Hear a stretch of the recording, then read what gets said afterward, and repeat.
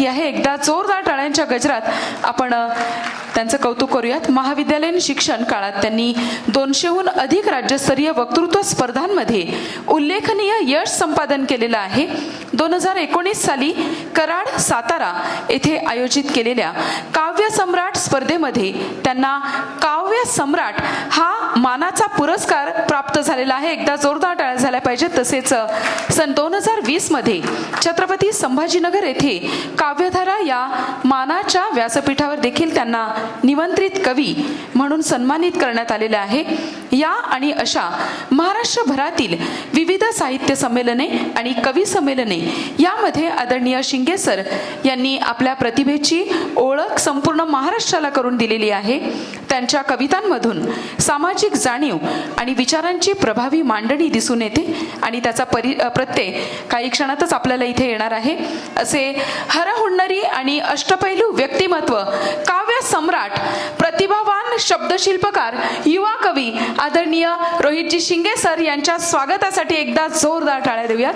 मनपूर्वक स्वागत. आदरणीय रोहितजी शिंगे सर, आपल्याला विनंती आहे आपण आपल्या कवितांचा आस्वाद आमच्यासह आपल्या रसिक मायबाप प्रेक्षकांना करून द्यावा. रोहितजी शिंगे सर. नमस्कार. नमस्कार.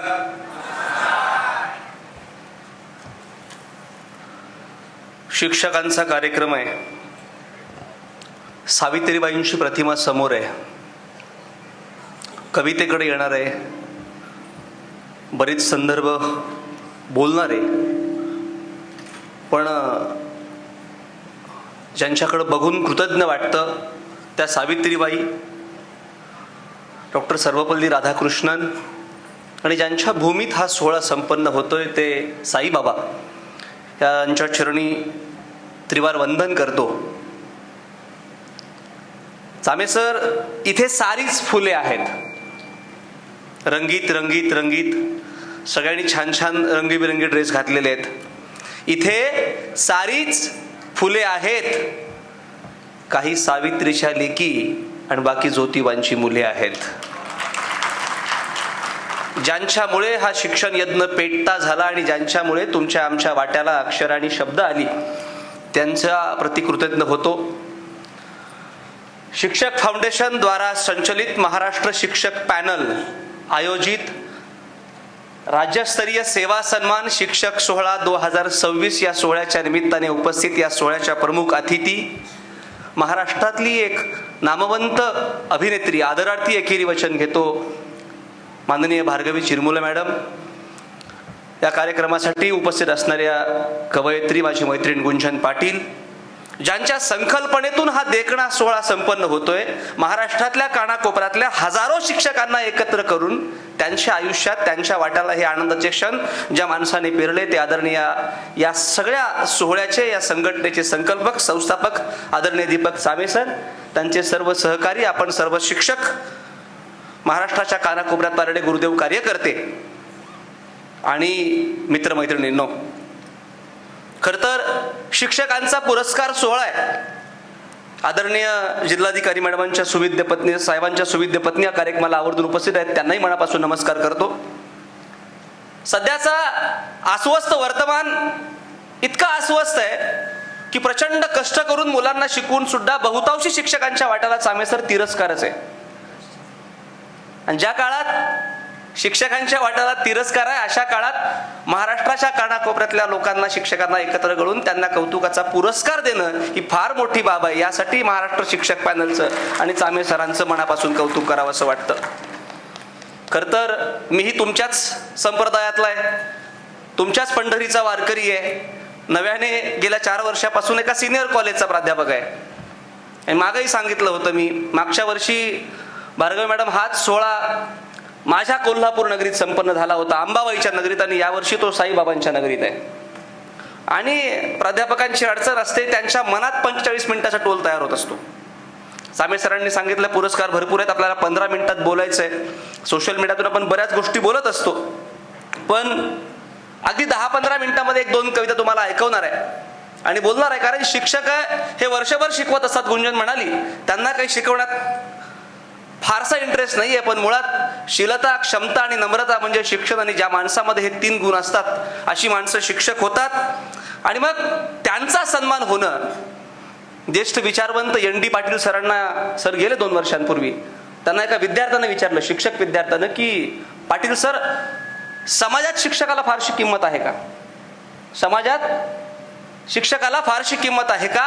तेव्हा ND पाटील सरांनी दिलेलं उत्तम उत्तर होतं गुंजन. ते म्हणाले की समाजात शिक्षकाला किंमत द्यावे असे लोक किती शिल्लक आहेत, आणि शिक्षकांना किंमत द्यावे असे लोक शिल्लक आहेत ते या मंचावरती आहेत, आणि त्यांच्या वतीने हा तुम्हाला पुरस्कार दिला जातोय. त्यामुळं खऱ्या अर्थाने आपल्या माणसांकडून आपला सत्कार, आपला पुरस्कार, या सगळ्या गोष्टी मनापासून तुमचं कौतुक करतो.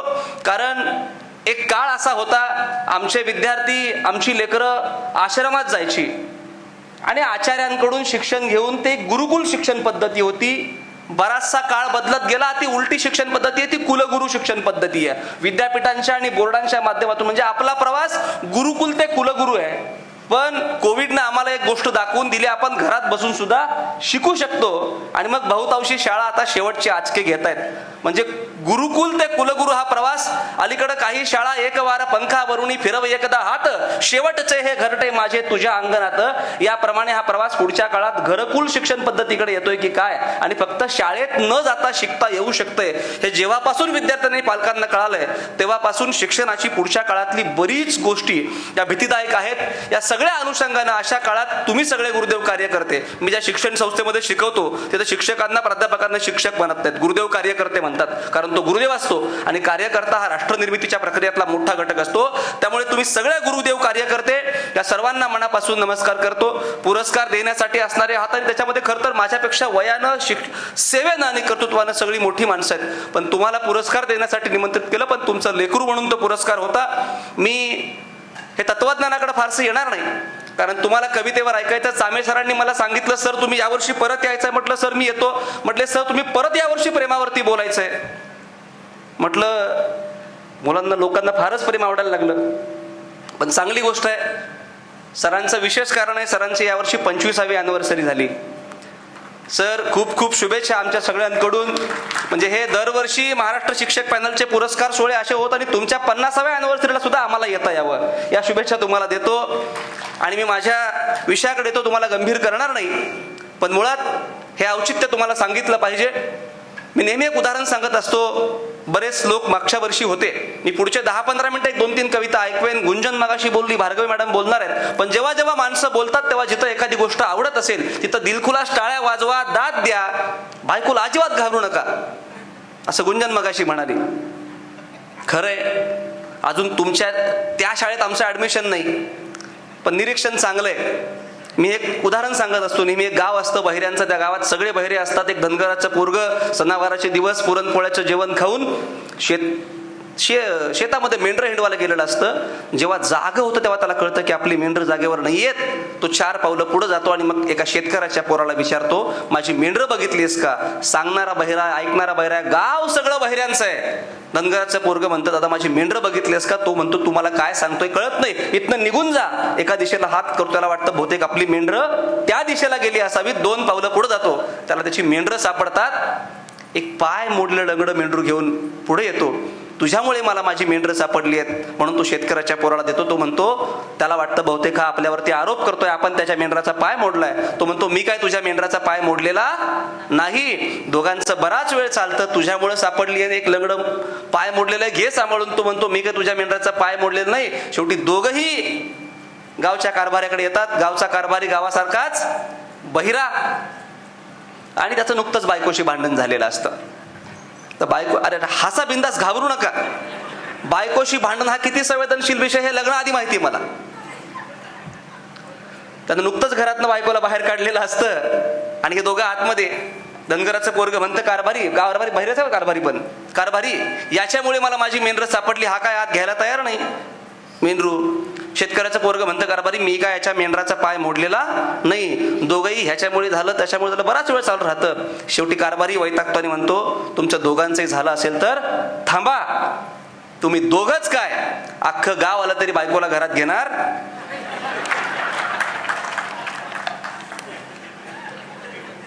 हे सगळं सांगण्याचं कारण, कविता फक्त हसून ऐकायची गोष्ट नाही, टाळ्या वाजवून भरपूर दाद द्या. कारण जर ते आपण केलं नाही तर आपलं त्या बहिऱ्यांच्या गावासारखं होईल. मी मागच्या वर्षी या कार्यक्रमाला आलो होतो, बऱ्याच कविता ऐकवल्या, पण एक कविता मी ती MSPच्या ग्रुपवर पण फिरली, जवळजवळ 16,000 लोकांनी ती कालपर्यंत बघितलेली होती. सखी माहेरी आलेली नावाची एक गोष्ट होती. खरं तर माहोल शिक्षकांचा, मी घाबरून होतो प्रेमावरती कसं बोलायचं, पण सर म्हटलं नाही तुम्ही त्याच्यावरच बोलायचं. बघा, मी नेहमी सांगत असतो की पुन्हा एकदा तेव्हा सारखे अवचित घडाया पाहिजे, आजूबाजूला नसता कोणी मिठीत पडाया पाहिजे, आठवडींची केवडी वाढली थंडी गुलाबी, पुन्हा एकदा भेटीची शेकोटी घडाया पाहिजे. हे सगळे संदर्भ बघत असताना मी एक नेहमी गोष्ट सांगतो, अलीकडचा काळ चामेसर बदललाय. अलीकडं लग्न पालक ठरवत नाहीत, आपणच ठरवत असतो. पण पूर्वी एक काळ असा होता भार्गवी मॅडम की लग्न आईबाप धरायचे. कुणीतरी एक बाप आपल्या लेकीसाठी, एक आपल्या लेकासाठी लग्न ठरवून यायचा आणि सांगायचा की बाबा तुझं असं असं लग्न या गावातल्या या पोरीशी या पोराशी ठरलेलं आहे. आणि मग ते एखादं पोरगं शेतामध्ये काम करत राहायचं. काम करता करता एक व्हॉट्सअप नव्हतं, फेसबुक नव्हतं, काही फोटो सुद्धा 4x6 बघायला मिळायचं नाही. अशा काळात एका इमॅजिनेशन केलेल्या चेहऱ्यावरती माणसं प्रेम करत राहायची. तो एक काळ होता. आणि अलीकडं मात्र मग व्हॉट्सअप, फेसबुक अशा बऱ्याच गोष्टी सुरू झालेल्या आहेत. दोन्ही काळातल्या प्रेमाचा संदर्भ फार सुंदर आहे. म्हणजे पूर्वी जो चेहरा बघितला नाही त्यावर प्रेम करणाऱ्या चेहऱ्याच्या अनुषंगाने आमचा मराठवाड्यातला केशव खडिंग नावाचा कवी फार सुंदर म्हणतो की काय होतं त्या प्रेम. ते म्हणते की आस लागली संसाराची मनी ग, आस लागली संसाराची मनी ग, रानात राबतय कुणबिनीचा धनी ग. खूप मोठी कविता आहे, पण काळ बदलला. आता अलीकडं एवढं फास्ट आहे. आमच्याकडचा कवी फार सुंदर म्हणतो की प्रेम झाले मे मध्ये आणि लग्न झाले जूनला, ती कराटे खेळते कळले हनीमूनला. म्हणजे एवढं फास्ट आहे. आस लागली संसाराची मनी ग, रानात राबतोय कुणबिनीचा धनी ग. आणि अलीकडची जी लग्न आहेत आपलं आपण ठरवलेली, त्यांची नंतर काय अवस्था होते माहितीये का? 2च ओळीत.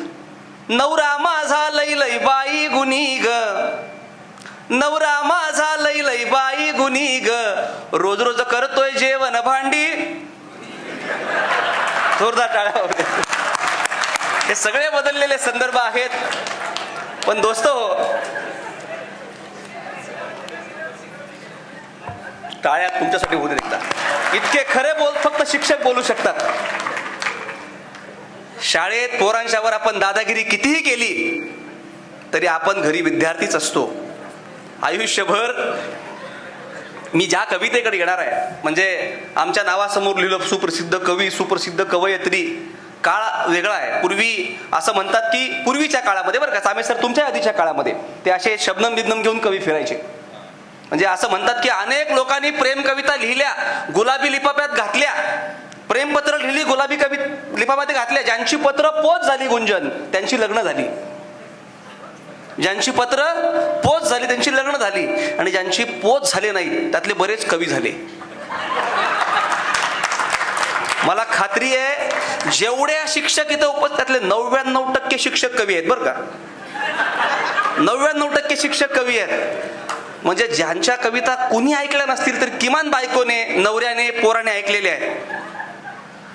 कारण माणूस कुणीही असो, शिक्षक असो, वकील असो, इंजिनियर असो, माणूस माणूस असतो. आणि चामेसर, प्रत्येक माणसाच्या आयुष्यात एक गुलाबी कोपरा असतो जो आपल्या तारुण्याच्या काळामध्ये कुणीतरी आवडणं आणि कुणीतरी आपलं न होणं. बरेच संदर्भ गुंजनने सांगितले, तिच्या वाट्याला असे बरेच आलेले असलेत. कारण बऱ्याच लोकांचं हृदय मोडण्याचे ताकद तिच्याकडे आहे. मला हसूच आलं या वर्षी. म्हणजे भार्गवी मॅडमना बोलवलंय, गुंजनला बोलवलं. म्हणजे मला का बोलवलं तुम्ही कार्यक्रमाला? बरं, बसू बसू दोघांच्या मध्ये बसवलं. कार्यक्रमाला दृष्ट लागू नये म्हणून. वा वा वा वा. नाही, तरी तुमची छान प्रतिक्रिया होती. एकट्यातल्या प्रतिक्रिया फार वेगळ्या होत्या तिच्या.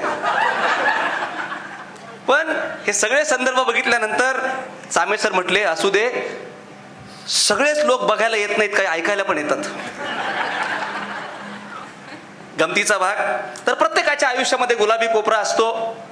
आणि मेन मुख्य गोष्ट, उन्हाळ्याची सुट्टी चालू आहे.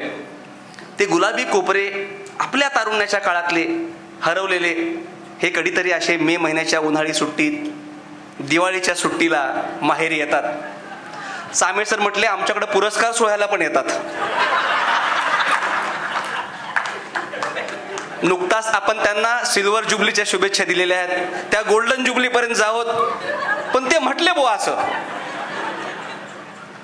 आणि मग हा कोपरा प्रत्येकाच्या आयुष्यात फार मॅटर करत असतो. आठवांनी काळजावर बांधला मुक्काम आहे, परतेल पाखरू आशेवर. परतत नसतं ते कधीच, ते भुर्र गेलेलं असतं. आठवांनी काळजावर बांधला मुक्काम आहे, परतेल पाखरू आशेवर फांदी ठाम आहे. झाड उन्मळून पडल्याची अफवा तू मानू नको, लबाड वारा त्या ढगांचा आजही गुलाम आहे. या उन्हाने पिकली पाने झाड थोडे सुकले आहे, तुझ्या अधीन झालेल्या ऋतूंचेच हे काम आहे. का जगण्याचे सूर हरवले, गोकुळ सारे सुने सुने. राधा नाही पावा नाही, एकटाच पडला श्याम आहे. आणि ये जरासे सांग जगाला मी खरा होतो किती. प्रत्येकाला वाटतं माझंच खरं होतं पण तू ऐकली नाहीस. ये जरासे सांग जगाला मी खरा होतो किती. सावलीचेच झाड इथे का उगा बदनाम आहे, सावलीचेच झाड इथे का उगा बदनाम आहे. बघा, याद राहतील तिला, हे फार मला भारी आवडतं बरं का, खूप लोकांना हे रिलेट होतं. याद राहतील तिला साऱ्याच आठवणी हमी नाही. सामे सर, याद राहतील तिला साऱ्याच आठवणी हमी नाही. माझेच नाव आहे तिच्याही नवऱ्याचे कमी नाही. मुले नवरा संसार साऱ्या साऱ्यात व्यस्त ती, उखाणा घेताच आठवत असणार मी कमी नाही कमी नाही. असेही योग अनेकांच्या आयुष्याला येतात. आणि मग हे योग, हे असे गुलाबी कपरे कधीतरी असे माहेराला येतात. आणि मग काय होतं, ज्या कवितेसाठी मला मागच्या वर्षीच्या पुरस्कार सोहळ्याला बोलवलं आणि ज्या कवितेसाठी मला परत शिर्डीला बोलवलं, ती कविता तुम्हाला ऐकवतो. कवितेचं नाव आहे सखी माहेरी आलेली. ज्यांच्या ज्यांच्या आयुष्यात हा अमृताचा योग आलेला आहे. बऱ्याच लोकांना कविता ऐकवत असताना मला माहिती आहे, कविता ऐकणारे कान जेवढे आहेत, प्रत्येकाच्या डोळ्यासमोरचा चेहरा वेगळा असणार आहे. घाबरायचं नाही, जोडीनं आलो असले तरी पण. कारण त्यामुळं, आणि कवितेतले काही संदर्भ आपल्या जवळून गेले तर तो केवळ योगायोग समजावा, नाही पटलं तर तो आपल्या कर्माचा. बघा, काय आठवतंय का, वयस्कर मंडळी किंवा 40-50 पुढचे आहेत, त्यांना जरा जास्त रिलेट होईल. संदर्भ तुमच्या काळातले आहेत. सामे सर, तुम्हाला ही कविता समर्पित.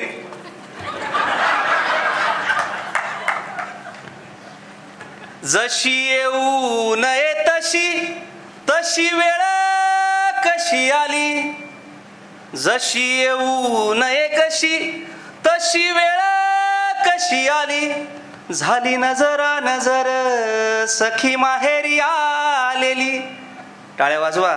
झाली नजरा नजर सखी माहेरी आलेली. हाती गोंडसले करू, हा नाजूक तुकडा आहे. मगाशी गुंजन म्हणाली, फार काल्पनिक बोलते ती, मामा वगैरे काहीतरी म्हणाली. बऱ्याच लोकांचा मामा होणार आहे नंतरच्या काळात.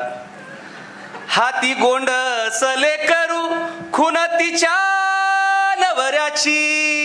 आत भीर भीर होते काळजाच्या भवऱ्याची. आत भीर भीर होते काळजाच्या भवऱ्याची. बघा, तुझे माहेराला येणे येतो आठवांचा थवा. सगळ्या आठवणी अशा भूतकाळातल्या हळूहळू येतात. रिसायकल बिनचं डेस्कटॉपला यायला लागतं हळूहळू. आपण कुठे कुठे, हा रिस्टोर, फक्त डेस्कटॉपला रिस्टोर नाही करायचं सर, रिस्टोर नाही करायचं. हा, काडी मोड व्हावी असे आपले वय राहिले नाहीत.